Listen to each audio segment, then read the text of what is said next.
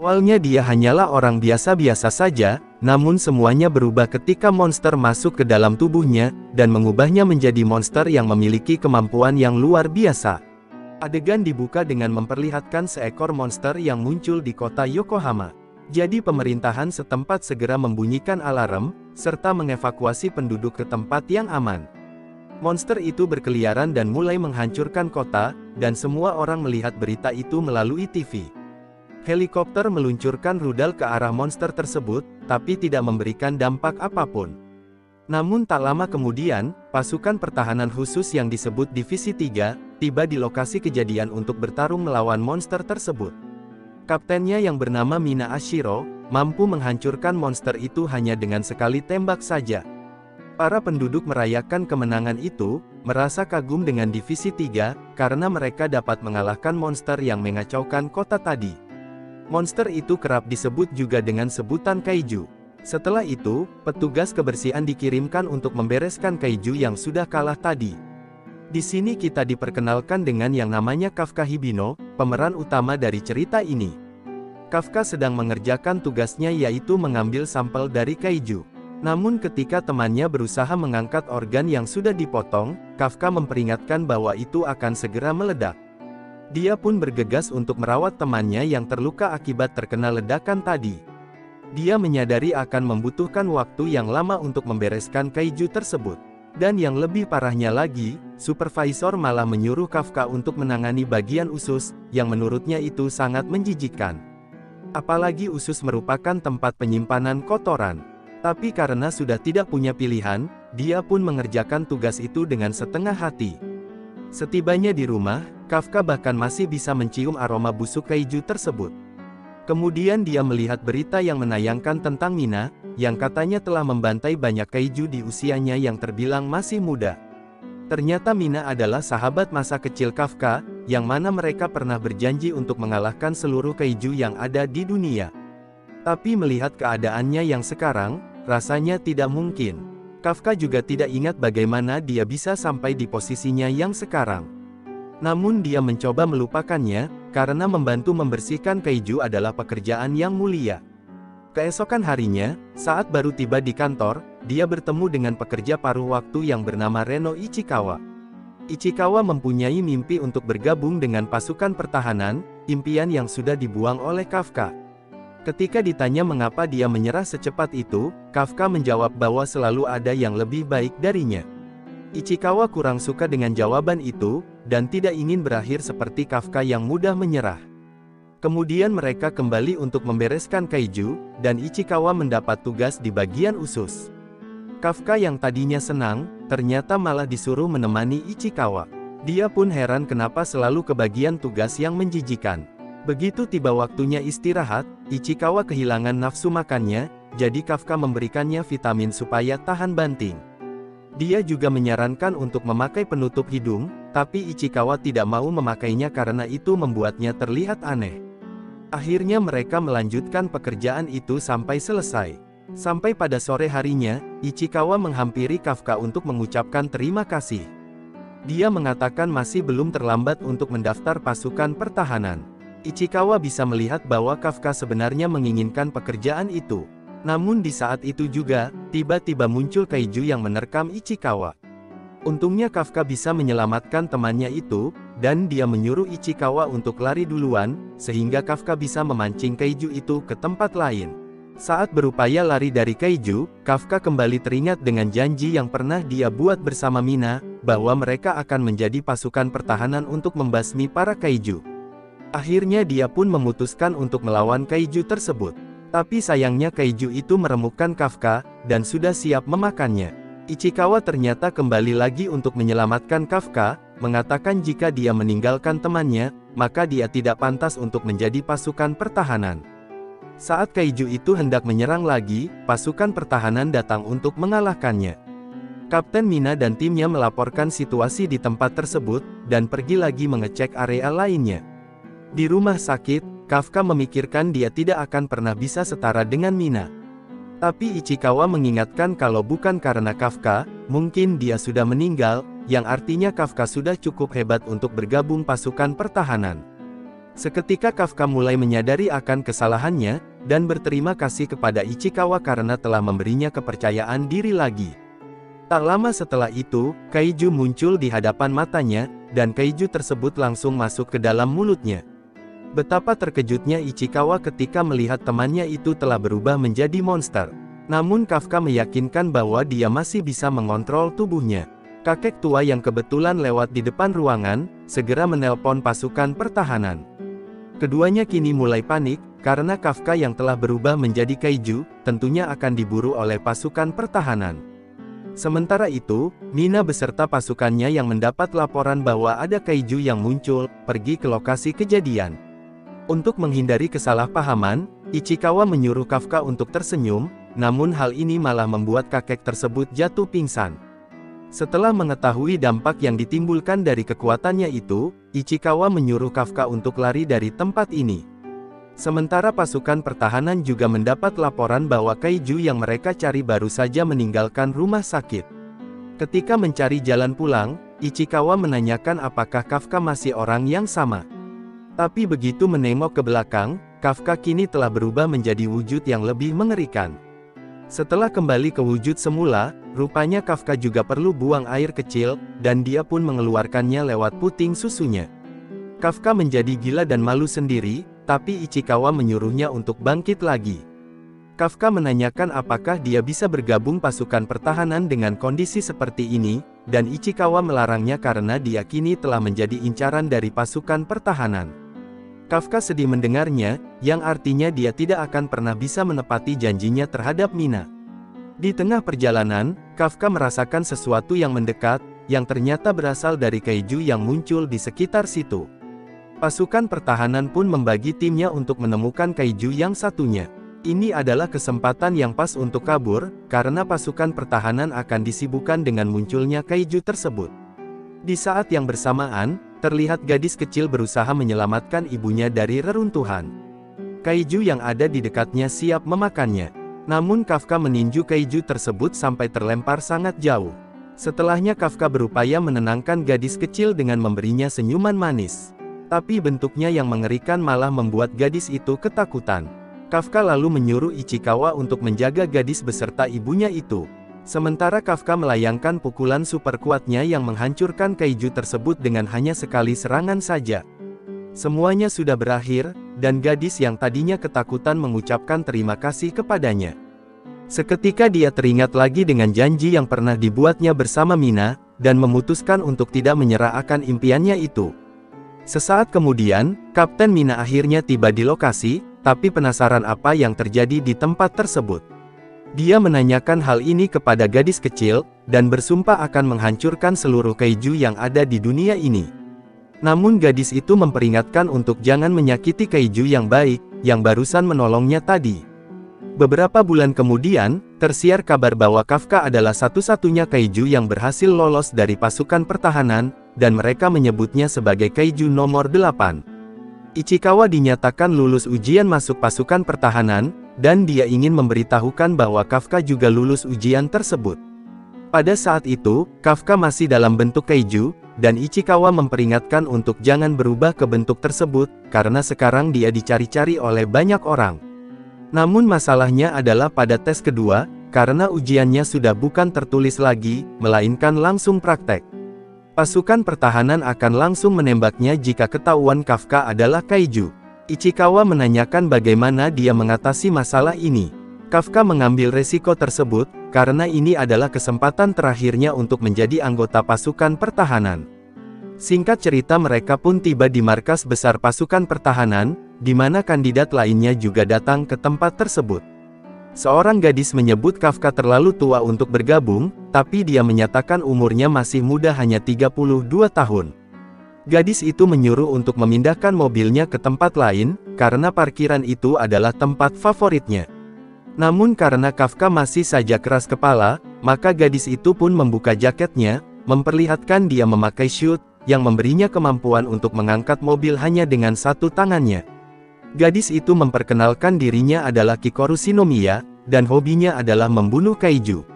Tapi anehnya dia juga mencium bau kaiju dari tubuh Kafka.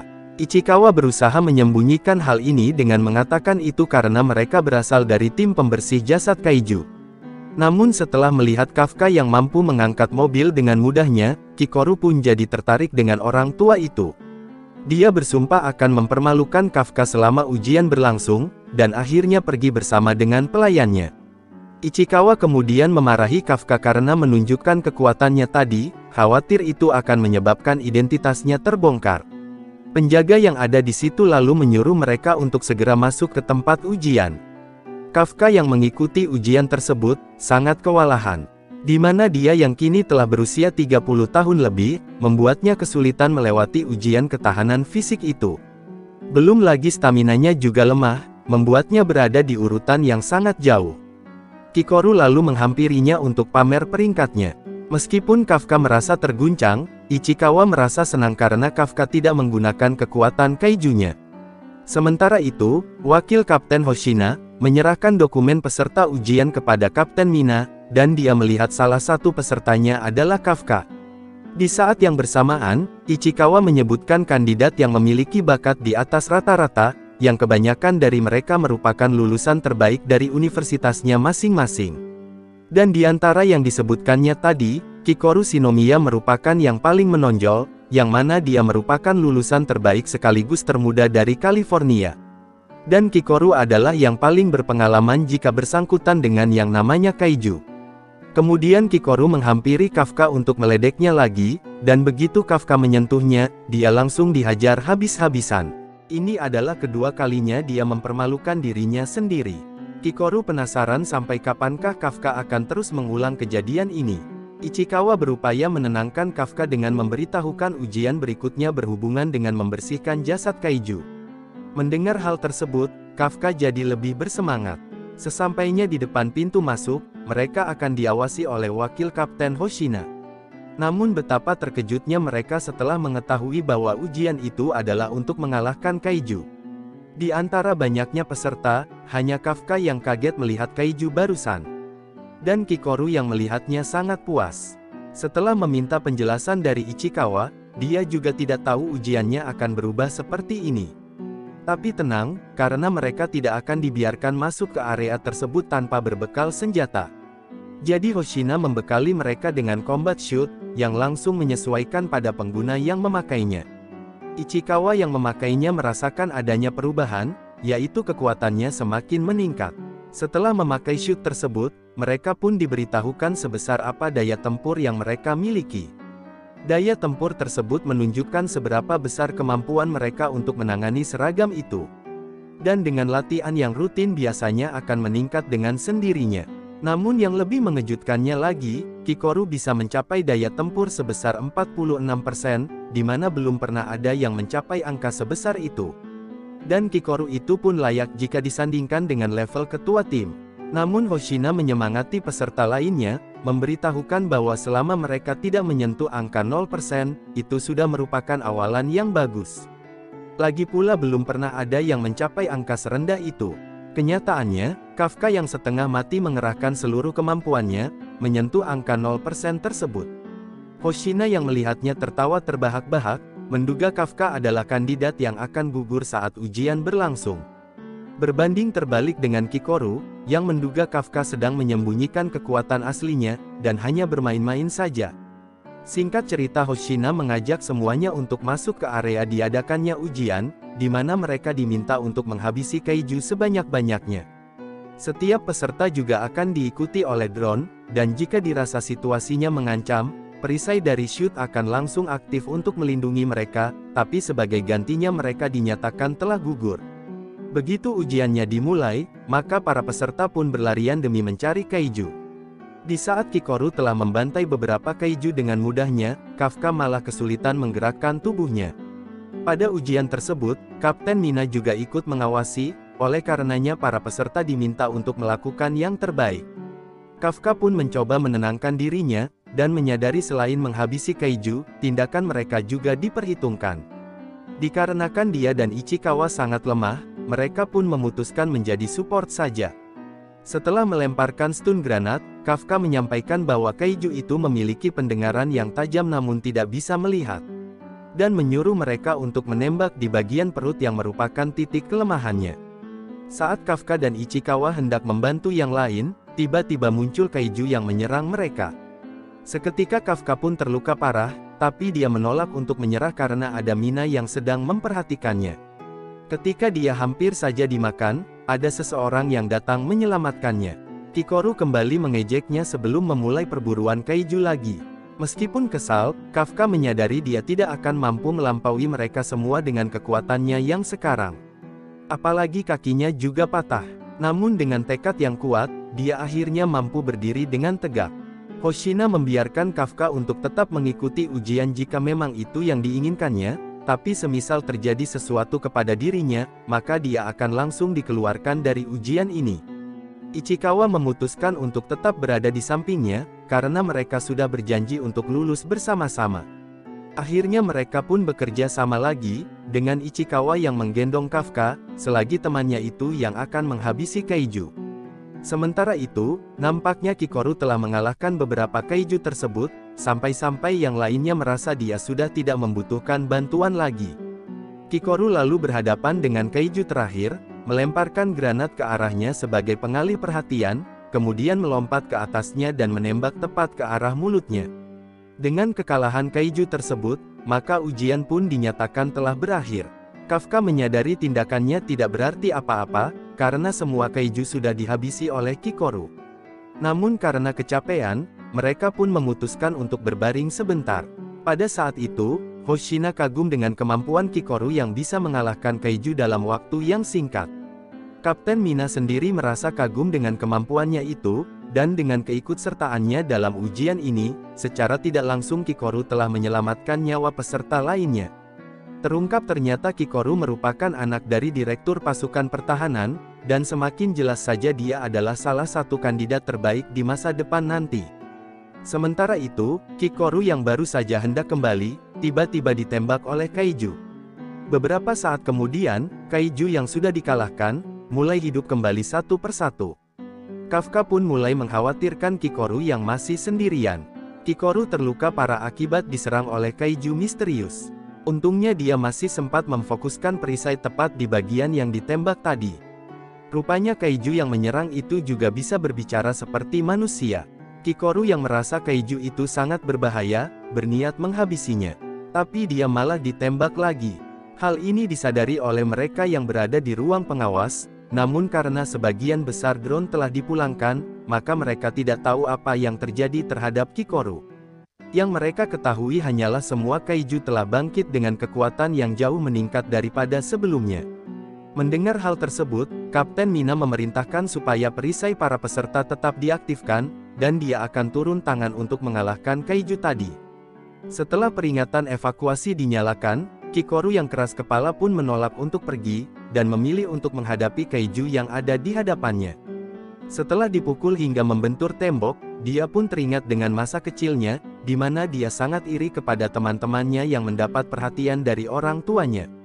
Sedangkan Kikoru selalu mendapatkan tekanan dari ayahnya, untuk menjadi sosok yang sempurna bagi negara serta mendiang ibunya. Setelah mengingat perkataan ayahnya tersebut, Kikoru pun kembali bangkit untuk melawan kaiju tersebut. Namun kondisinya saat itu, sudah tidak memungkinkan lagi untuk bertarung. Di saat yang bersamaan, kaiju itu telah siap untuk menghabisi Kikoru, dengan cara menembakkan energi ke arahnya. Kikoru yang menyadari waktunya tinggal sebentar lagi, hanya bisa berdiam diri sambil meminta maaf kepada ayahnya, karena tidak bisa menepati janjinya. Namun ketika kaiju itu mulai menyerang, secara tak terduga Kafka datang untuk menyelamatkannya.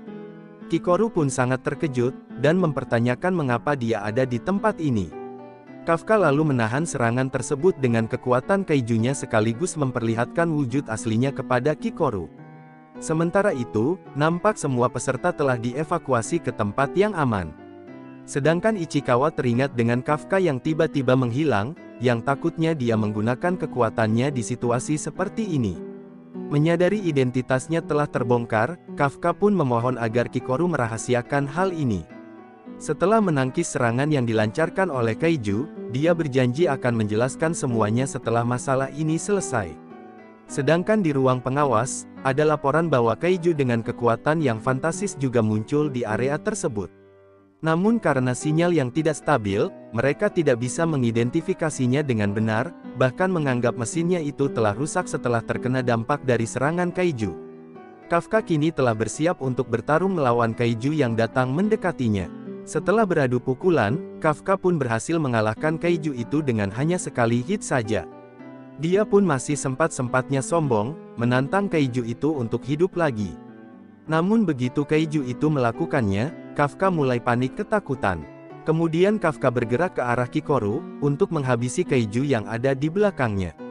Ichikawa yang begitu mengkhawatirkan Kafka, mulai memarahinya karena dia memakai kekuatan kaiju di tempat berbahaya seperti ini. Tak lama setelah itu, Kikoru yang terluka cukup parah, akhirnya pingsan. Sesampainya Kapten Mina dan Hoshina di sana, mereka mendapati kaiju itu sudah hancur lebur. Kemudian ada lagi laporan yang mengatakan, bahwa 3 orang terakhir yang datang ke tempat evakuasi adalah Kafka, Ichikawa, dan juga Kikoru. Meskipun merasa lega karena semua peserta berhasil dievakuasikan, akan tetapi Hoshina bisa langsung mengetahui bahwa Kikoru tidak akan mungkin bisa berbuat sejauh ini. Sementara Kafka yang kini telah terbaring di rumah sakit, mencurahkan isi hatinya kepada Ichikawa yang selalu setia menemaninya. Percakapan itu juga didengar oleh Kapten Mina yang berdiri di depan ruangan. Dia kemudian masuk hanya untuk berterima kasih pada mereka berdua yang telah berhasil membawa Kikoru kembali dengan selamat. Kafka yang tadinya ingin menyapa teman masa kecilnya itu, mengurungkan niatnya karena merasa masih belum pantas untuk berbicara dengan Mina. Wakil Kapten Hoshina pergi menemui Kikoru yang masih dirawat di dalam kapsul pengobatan. Setelah memaksakan diri untuk bangun, Hoshina memberitahukan tidak adanya korban jiwa dalam insiden tersebut. Semuanya berkat Kikoru yang berhasil mengalahkan kaiju tadi. Kikoru yang tadinya bingung antara memberitahukan yang sebenarnya atau tidak, namun setelah mengingat Kafka yang telah menyelamatkan nyawanya, dia pun mengakui bahwa kaiju itu memang dibunuh olehnya. Kaiju yang melakukan penyerangan sebelumnya, sedang mendengar radio di toilet. Hanya saja dia nampak kebingungan setelah mendengar tidak adanya korban jiwa dalam insiden tersebut. Saat masih mendengarkan berita itu, tiba-tiba ada panggilan masuk. Seketika kaiju itu mengubah penampilannya menjadi manusia, yang kini telah menyamar menjadi salah satu anggota tim pembersih jasad kaiju, dan berbaur supaya tidak diketahui oleh siapapun.